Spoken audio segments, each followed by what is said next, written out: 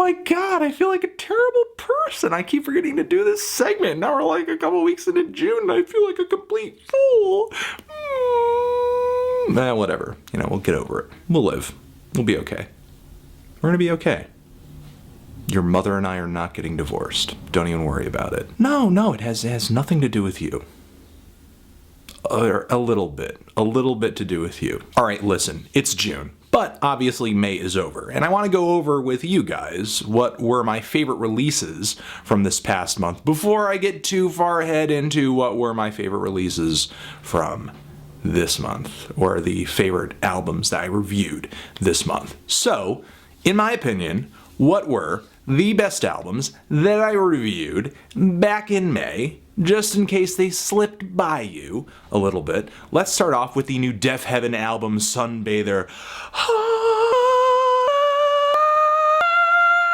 A wonderfully produced and written black metal album with elements of post-rock in there, with elements of screamo in there, with elements of punk music in there. It's very, very melodic and uplifting, even though it is incredibly harsh in execution with its distorted, fastly stroked chords and its blast beat drumming, screaming, wretched, just brittle, sharp, harsh vocals, the melody writing, and the way that this band sort of speeds up, writes build-ups and crescendos. It's very, very just, I just feel like I'm running up a hill toward the sunset through a field of flowers, and life's just feeling good, just feeling affirmed. I'm holding girlfriend's hand too or something, and just feeling like I'm on top of the world.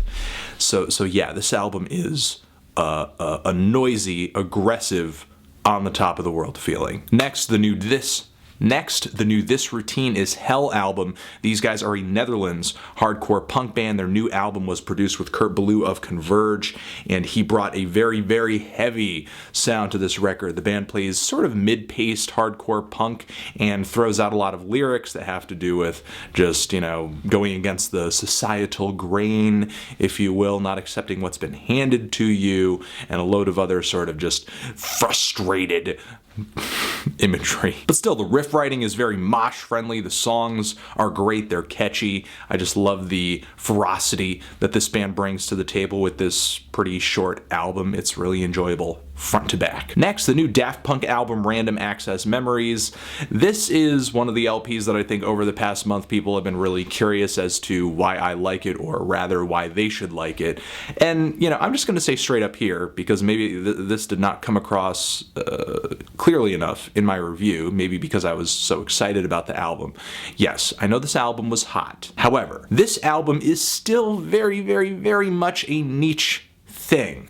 Not everybody wants a disco funk album. You know what I mean? Not everyone wants a synth funk, soft rock, disco album with production on it that harkens back to the 80s more than it does the 70s with its very sort of clean, shiny quality. And I agree with what some critics have been saying, and that if another artist came out with this record, then maybe people would be less hyped over it. However, Daft Punk did come out with this record, and I did end up enjoying it. That is the current situation, and the situation that we are in is the situation that we deal with, and it just so happens that I enjoy the hell out of this record.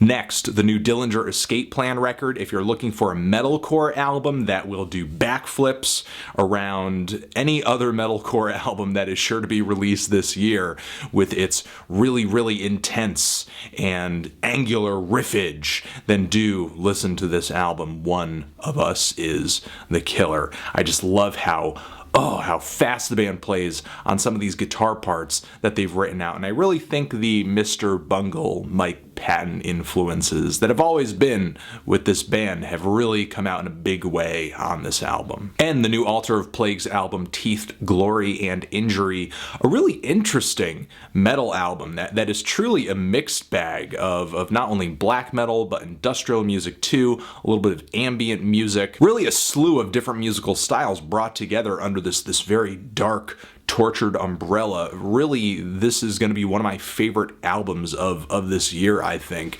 because of how over the top the vocals are, because of how sticky some of these riffs are, and just how odd some of these songs are in terms of song structure, and kind of surprising they are too. This album, even though it is sort of all over the place, it's just so intense from beginning to end. A lot of loudness I enjoyed this past month. Maybe we'll mellow out this June. Maybe we're going to mellow out a little bit. If you've given anything a listen from this past month, and I'm sure you have, what were some of your favorite records from May, and maybe up to the point of the start of June? I know. Yeah, it's going to be on the next one. I love you. Okay. Have a good day. The needle drop forever.